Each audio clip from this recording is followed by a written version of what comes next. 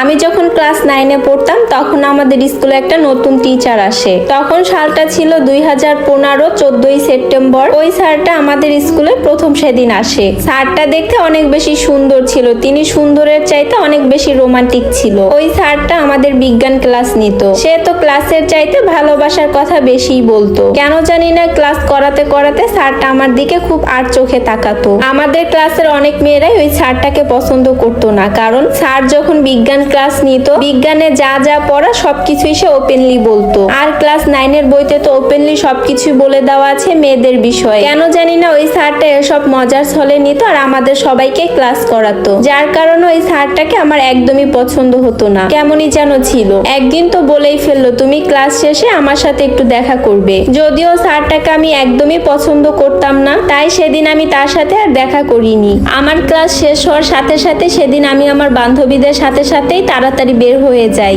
তারপরের দিন আমি ক্লাসে আসতেই স্যার আমার কাছে এসে আমার কাছ থেকে বই নিতে আমাকে বলে, গতকাল তুমি আমার সাথে দেখা করলে না কেন? তখন আমি স্যারকে কাঁপা কাঁপা কণ্ঠে বললাম, স্যার আমার বাসায় একটু কাজ ছিল তাই তাড়াতাড়ি করে আমি বের হয়ে গেছি। তারপর স্যার আমাকে আবারও বলে, তুমি আজকে ক্লাস শেষে আমার সাথে দেখা করবে, তোমার সাথে আমার কিছু ইম্পর্টেন্ট কথা আছে। তারপর সেদিন ক্লাস শেষ হয়ে যাওয়ার পর আমি ক্লাসরুমেই বসেছিলাম। কিছুক্ষণ অপেক্ষা করার পর আমাদের সেই স্যারটা আমাদের ক্লাসরুমে আসে, আর সে এসে আমাকে বলে সে নাকি আমাকে পছন্দ করে। তখন তো আমি তার মুখের উপরে একদমই না করে দেই, কারণ তার সাথে তো আমার কিছুতেই যায় না। তিনি ছিলেন আমার ক্লাস টিচার, আর তিনি বয়সে ছিলেন আমার থেকেও অনেক বড়, একদম আমার বাবার বয়সী। তারপরও তার হাইট ছিল 6 ফুট, যার সামনে আমি একদমই পিচ্ছি পিচ্ছি, যার সাথে আমার সম্পর্ক একদমই যায় না। যার কারণে আমি সেদিন তার মুখের উপরে না বলে দিয়ে আমি ক্লাসরুম থেকে চলে আসি। তারপর থেকে আমি এক সপ্তাহ যাব তার ক্লাসে যাইনি, কারণ আমি কি করে ক্লাসে যাব আর ওই স্যারের সামনে গিয়ে আমি কি করে মুখ দেখাবো, যার কারণে লজ্জায় আমি স্কুলেই যেতাম না।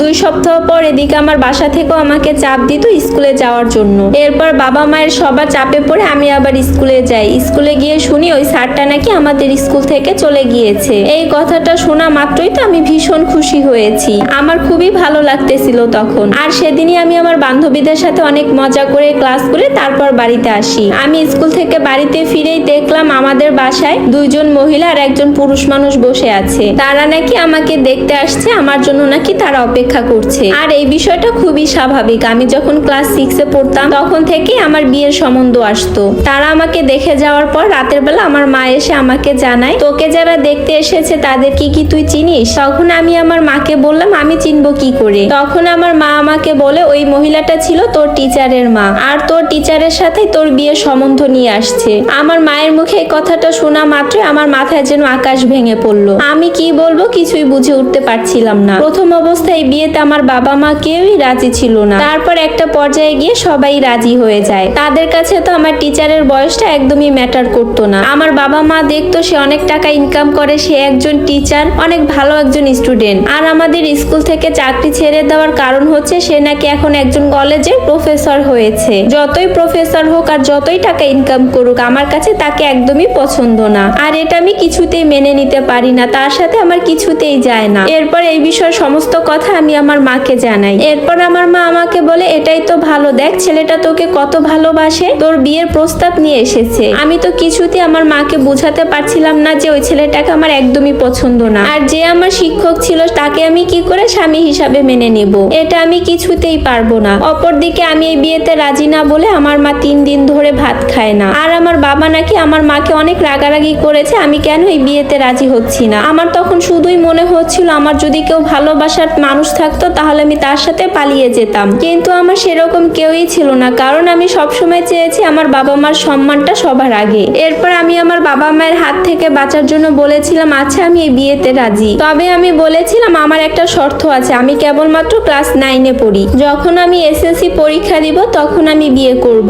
এই কথাটা বলছিলাম আর আমি মনে মনে ভাবছিলাম এতদিনে হয়তো আমার টিচার ওই ছেলেটা অন্য কাউকে বিয়ে করে নিবে, কিন্তু না, আমার টিচার আমার এই শর্তেও রাজি হয়ে যায়। তারপরের দিন আমাদের বাড়িতে অনেক লোক আসে, আমাকে নাকি আংটি পরিয়ে রেখে দিবে। তারপর আমাদের বাড়িতে সবাই এসে আমাকে আংটি পরিয়ে রেখে দিয়ে যায়, আর ওই ছেলেটা আমাদের ফোন নাম্বারটাও নিয়ে যায়। প্রতিদিন প্রায় 10 বার করে ফোন দিত, কিন্তু আমি একদমই কথা বলতে চাইতাম না, আমার কাছে খুবই বিরক্ত লাগতো।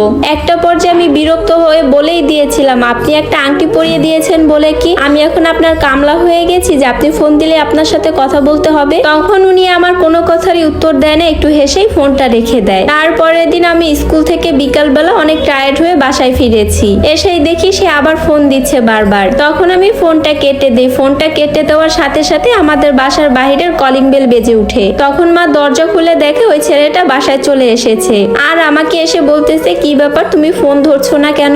এদিকে দেখি আমার মা আমার রুমের ফার্নিচার গুলো চেঞ্জ করতেছে, যেগুলো আমার একদমই পছন্দ না। আমার রুমের ফার্নিচার গুলো আমার মা কেন চেঞ্জ করছে? আর এগুলো তো আমি পছন্দ করে রেখেছি। আর ওই ছেলেটার পিছনে পিছনে দেখি তার বোনেরাও এসেছে অনেক শাড়ি গহনা নিয়ে। আজকে নাকি আমাদের কাবিন মেয়ে, যার কারণে ওই ছেলেটা নাকি আজকে আমাদের বাসায় থাকবে। এজন্যই মা নাকি ফার্নিচার গুলো চেঞ্জ করছে আর ঘর দরজা সবকিছু গুছিয়ে রাখছে। এ কথাটা শোনা মাত্রই যেন আমার সবকিছু এলোমেলো হয়ে গেল। কি করব না করব কোনো কিছুই বুঝে উঠতে পারছিলাম না। আমার বাবা মা কি করে পারে আমার অনুমতি ছাড়া আমার বিয়ের দিন তারিখ ঠিক করতে? তারপর আর কি, আমার ইচ্ছা না থাকা সত্ত্বেও ওই দিন ওই ছেলেটার সাথে আমার কাবিন হয়ে যায়। আর এই ভিডিও দ্বিতীয় পার্ট দেখতে চাইলে অবশ্যই কমেন্ট করে জানাবেন।